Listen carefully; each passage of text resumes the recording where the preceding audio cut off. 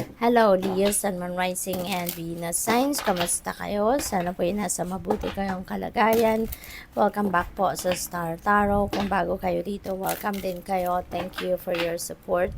I truly appreciate it. God bless you all, Leo. First message po ninyo is for general life. So, we have Four of Pentacles. Ayan. So, pwedeng mag-resonate ito with relationships, pwede rin naman na mag-resonate ito with money or your finances, no? So, nakikita ko dito, parang, alam mo yun, you are hanging on to something dito. As in, kapit na kapit kayo rito to something, no? So, pwedeng kayamanan ito, pera ito, siguro, binabantayan ninyo yung or kailangan ninyong bantayan yung valuables ninyo. So pwedeng ganun ang mensahe nito para sa inyo, na kailangan ninyong bantayan. You need to keep an eye on your wealth, no, on your finances, kasi baka there is a tendency na mag-overspend kayo, or baka merong mga tao dito na nagbabantay din sa kayamanan ninyo, pwedeng ganon. So, yun, kailangan ninyo na maging mapagmatsyag kayo, maging kailangan na monitor ninyo, no, yung inyong kaperahan, ang inyong mga savings, ang inyong investments, kailangan binabantayan ninyo yan, minomonitor niyan regularly. And even, no, check din ninyo yung mga dokumento ninyo, papeles ng mga lupain ninyo, mga bahay, buildings, or lupain, you need to also once in a while, i-double check ninyo yan kung nandiyan pa rin ba. Dapat check up ninyo, no? Pwede rin nabantayan din ninyo dito ang pagmamanage ng inyong finances, even if, let's say, for example, merong nagmamanage, meron kayong bookkeeper, meron kayong accountant, wag kayong masyadong magtitiwala, 100% na sila na talagang bahala ng lahat. Kailangan chine-check nyo pa rin ito, no? Check their work, alright? Para monitor ninyo yung galaw ng inyong kaperahang aspeto, ng inyong negosyo, something like that. At for others of you naman dito, pwedeng mag-resonate din ito sa relationship, sa inyong karelasyon, na mensaheng ito. Maybe you're holding on to someone, no, na kahit siguro hindi na to nakakabuti para sa'yo. Maybe you're holding too much or hanging on too much to a situation, katulad na lang ng relationship, even if, no, this is not for your best interest anymore. So maybe you need to do some kind of re-evaluation in that case, no, if this specific message resonates with you. Kasi baka nag-hang on na lang kayo sa someone or sa relationship ninyo na hindi naman ang kailangan, no? Instead, baka kailangan nyo na itong i-let go, because lalo na kung negativity na lang ang hatid nito sa inyo. Okay? So, for your money, career, and finances, we have the Tower. Ayan. So, this is a massive change, no? So, meron ditong magbabago na sitwasyon ninyo, pang kaperahan, pang trabaho, career, or negosyo. So, depende yan sa inyong sitwasyon. Nagpapakita din dito, no? So, parang pareha sila. So, this could be related to each other. Kasi ito, nagigiba na, nadidistract na siya. Pero, kayo, nakahawak pa rin kayo. So, even if this is no longer serving your highest good, parang you are hanging on to it. So, siguro ang iba sa inyo dito, Leo, say for example, no, example lang to, let's say, trabaho, no?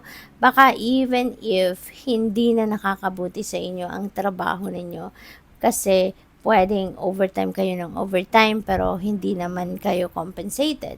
Maaaring ang dami-daming binibigay na task sa inyong trabaho.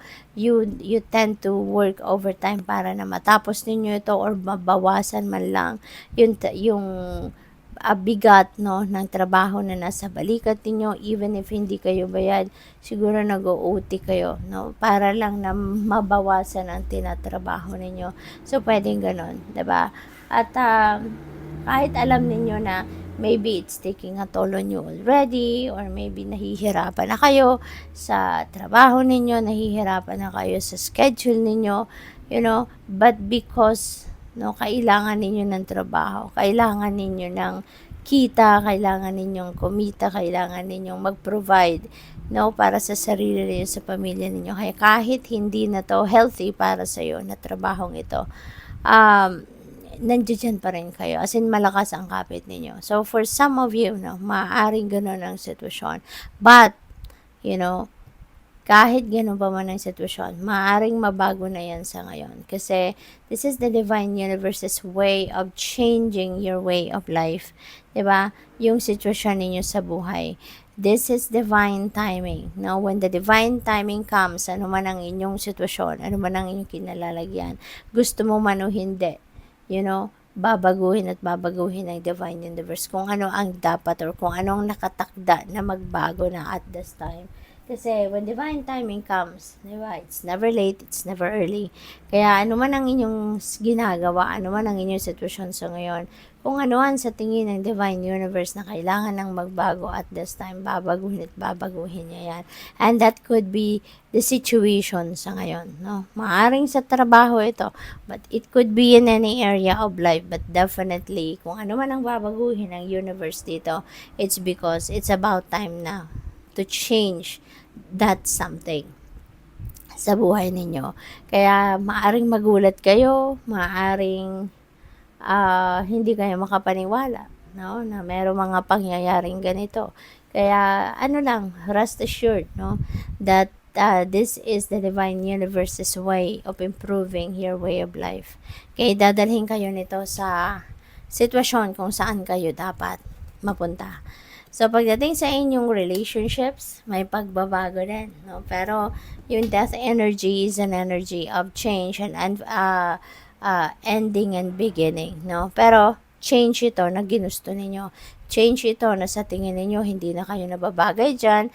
This is sa tingin ninyo, hindi nyo, kung sa mga kaibigan, kunyari, it doesn't serve your best interest anymore. Hindi naman ito talaga nakakatulong sa inyo or hindi naman nakakatuwa na kaibigan mo siya.